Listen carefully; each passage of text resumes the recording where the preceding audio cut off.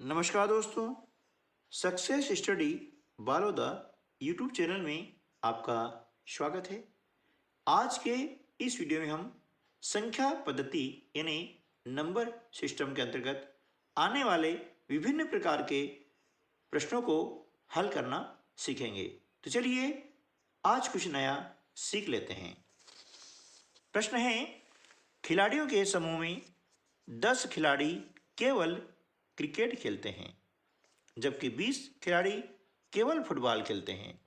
जब केवल की बात आती है तो बिल्कुल दो समुच्चय बन जाते हैं अलग अलग, है ना, ए और बी, या जो दिया है क्रिकेट का और फुटबॉल का, ठीक है ना।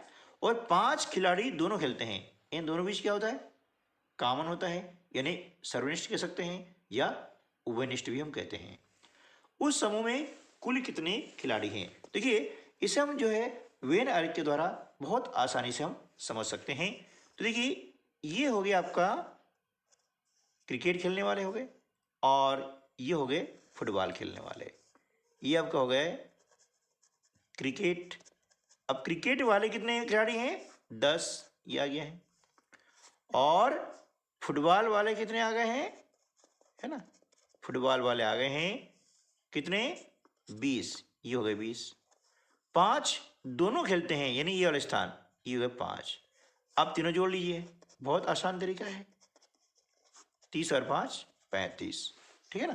यानी इस प्रकार से आप बना सकते हैं, बड़ा बना सकते हैं। ये 10 क्रिकेट, 5 दोनों खेलते हैं और 20 ये, है ना। ये हो गया आपका क्रिकेट का हो गया है और ये फुटबॉल हो गया है। इस प्रकार से इन प्रश्नों को आसानी से हम हल कर सकते हैं, है ना। चलिए अगला प्रश्न है कि यदि 1 से शुरू होने वाली लगातार विषम संख्याओं की निश्चित संख्याओं का योग 5184 है। कितना है, 5184। तो कितनी संख्याओं को जोड़ा गया है। देखिए संख्या पद्धति के जो पहला वीडियो है उसमें हमने सम संख्याओं का योग यानी लगातार जो सम संख्या होती है, सम क्रमागत भी कहते हैं, उनका योग कैसे ज्ञात करें ये आपको बताया गया है। विषम संख्याओं का योग और सम संख्या योग कैसे ज्ञात करें, प्राकृत संख्या योग कैसे ज्ञात करें, ये तीनों के प्रश्न उसमें आपको दिए गए हैं। तो उम्मीद है कि आपने उसको देख लिया होगा। यदि नहीं देखा है तो ऊपर आई लिंक में आपको इसका जो है लिंक मिल जाएगा, आई बटन पे, वहां से आप उसको देख सकते हैं और सीख सकते हैं। वहां पर हमने लगातार 5 संख्याएं, 10 संख्याएं, 20 संख्याओं के योग के बारे में हमने सिखाया था, कितना योग होता है।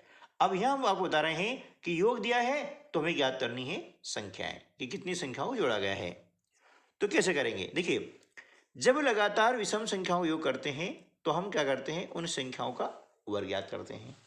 अब यहां पर योग दिया गया है, हमें ज्ञात करनी है संख्या, कितनी संख्याएं, है ना। तो हमें ज्ञात करना होगा 5184 का वर्गमूल, है ना।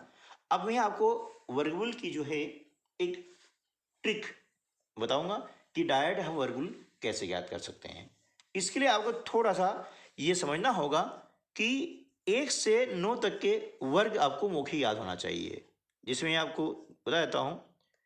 1 का वर्ग 1, 2 का वर्ग 4, 3 का वर्ग 9, 4 का वर्ग 16, 5 का 25, 6 वर्ग का 36, 7 का वर्ग हो गया 49, 8 का 64 और 9 का 81, ठीक है ना। आप देख रहे हैं कि इन वर्गों की संख्या में इकाई स्थान पर 1, 4, 9, 6, 1, 4, 9, 6 सब में आ रहा है, लेकिन सिर्फ 5 संख्या ऐसी है जिसके इकाई स्थान 5 आ रहा है, ये रिपीट नहीं हो रहा है, बाकी सभी इकाई अंक रिपीट हो रहे हैं, ठीक है, ये आपको ध्यान रखना है। तो इसी आधार पर मैं आपको बताता हूं। देखिए इसके क्या करेंगे, हम 2 के जोड़े बनाते हैं दाहिनी ओर से, ठीक, बना लिया ना। अब करना क्या है, देखिए ऐसी संख्या कि जिसका वर्ग 51 से अधिक नहीं हो, किस में आ रहा है, 7, दिख रहा ना, 8 का हो गया 64, तब ने ये लिया 7 अंक। 84 के लिए किया जाएगा, है ना। अब इसका हो गया। अब देखिए यहां पर जो पहला जोड़ा है दाहिनी तरफ का, इकाई स्थान कितना है, 4। तो हमको ऐसी संख्या लेनी है है ना, कि जिसका इकाई का है उस संख्या के वर्ग का इकाई कितना हो, 4 हो। तो हम देख रहे हैं 2 और 8 दो संख्या हो सकती है, तो या तो 72 हो सकता है या फिर क्या हो सकता है 78। लेकिन इन दोनों बीच में संख्या आ रही है 75, यानी 5 इकाई अंक वाली। अब 75 संख्या है, ठीक है, तो हमें ज्ञात करना है 75 का वर्ग।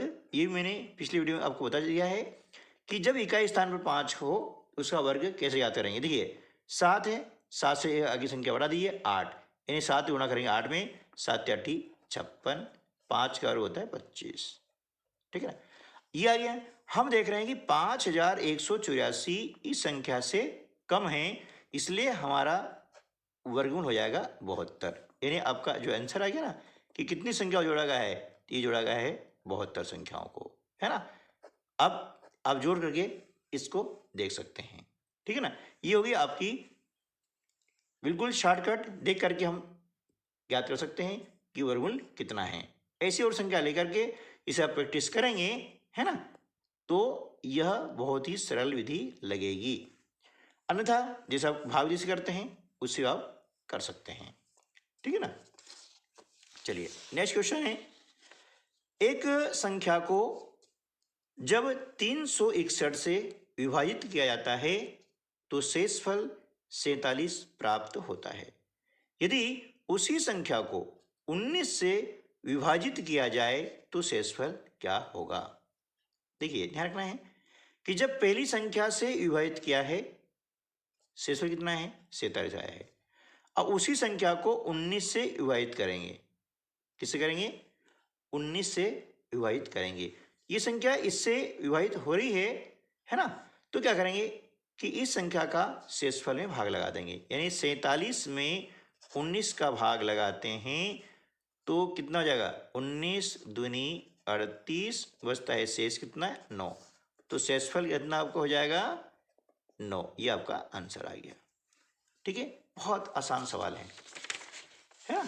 चलिए अब ये प्रश्न है भी आपको 2017 की जो एग्जाम हुई थी पुलिस भर्ती में, उसमें ये प्रश्न पूछा गया था।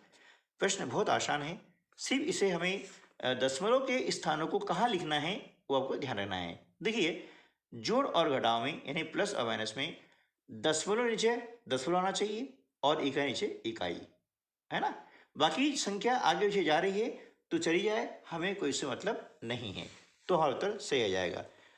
कैसे 666.06 हमने यहाँ लिखा, यहाँ से मैं लिख रहा हूँ 666.06, है ना।